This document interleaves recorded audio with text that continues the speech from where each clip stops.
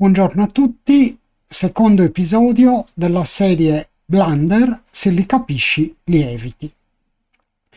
Oggi vediamo una posizione inviatami da Vincenzo Riceputi, che ringrazio perché secondo me ha colto in pieno il significato di questa serie e l'ha apprezzata, per cui essendogli capitata una posizione in cui ha commesso un errore ma non ha capito il motivo dell'errore, non si è fatto alcuno scrupolo di dire chiaramente davanti a tutti: ok, ho sbagliato e non ho capito. Ha approfittato appunto di questa occasione per chiedere un mio parere. Quindi grazie per questo, grazie della stima che mi fa molto piacere, e passiamo subito a vedere la posizione.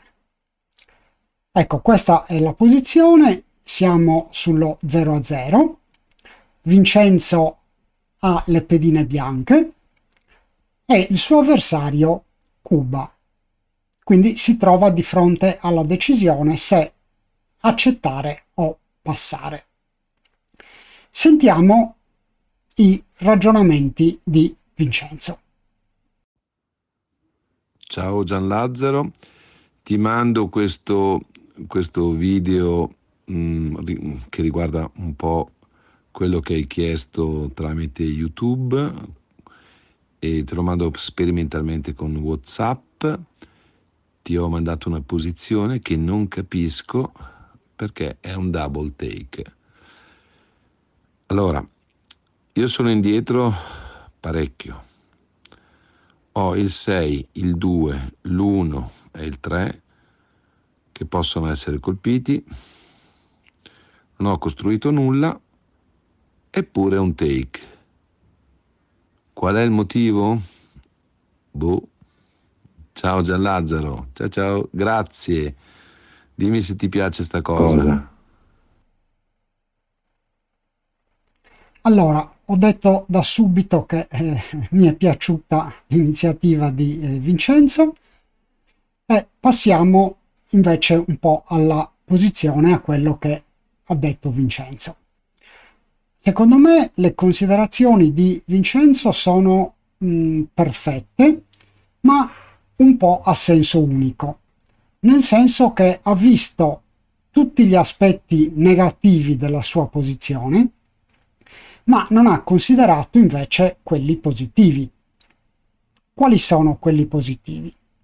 Innanzitutto una fortissima ancora sul golden point, che è una garanzia,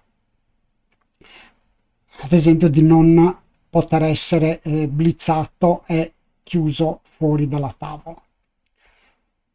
Poi ci sono altri aspetti negativi della posizione dell'avversario. Ok, la sua casa interna è forte, ma le pedine sulle case 3, 2 e 1 servono soprattutto in caso di blitz, ma non possono assolutamente contenere le pedine invece di Vincenzo che si trovano sulle case 5 e 4. Cioè, normalmente non conviene mai portare le pedine oltre l'ancora avversaria. E qui l'avversario ha praticamente 6 pedine che non sono fuori gioco perché tornano utilissime nel caso l'avversario riesca a colpire una pedina di Vincenzo, quindi rendere difficile il rientro di quella pedina. Però per il resto non partecipano alla battaglia.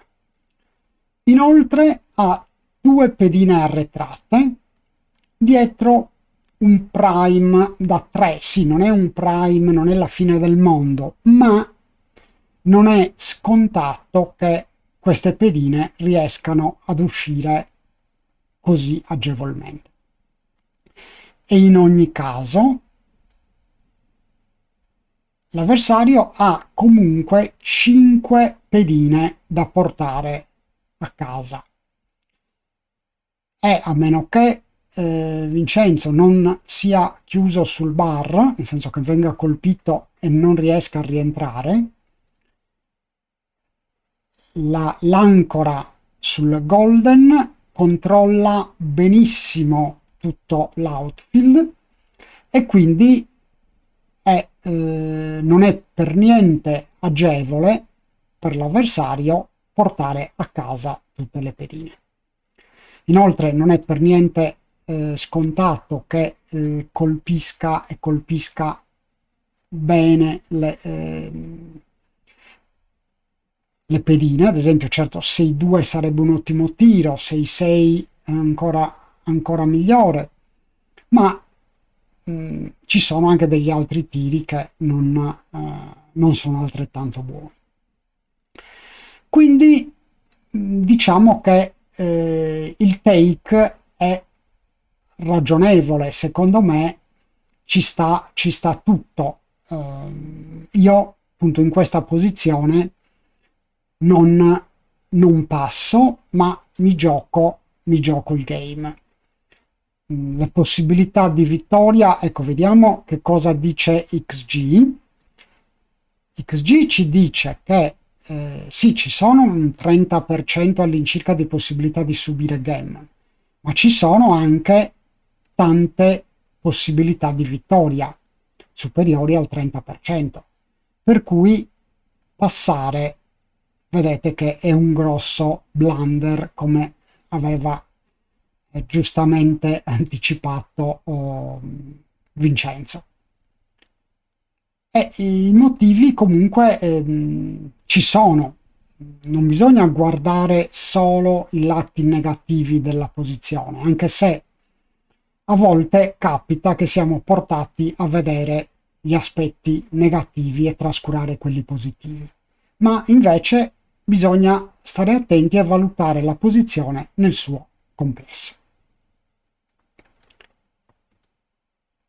Ok, spero che la posizione sia stata istruttiva per voi, la posizione e le spiegazioni soprattutto, e quindi vi ringrazio per l'attenzione e vi do appuntamento al prossimo episodio, raccomandandovi di seguire l'esempio di Vincenzo, non avere paura e tranquillamente presentare i vostri errori, delle posizioni interessanti.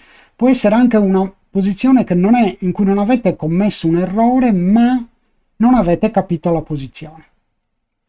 Quindi inviate le vostre posizioni con i vostri commenti e ci vediamo al prossimo episodio.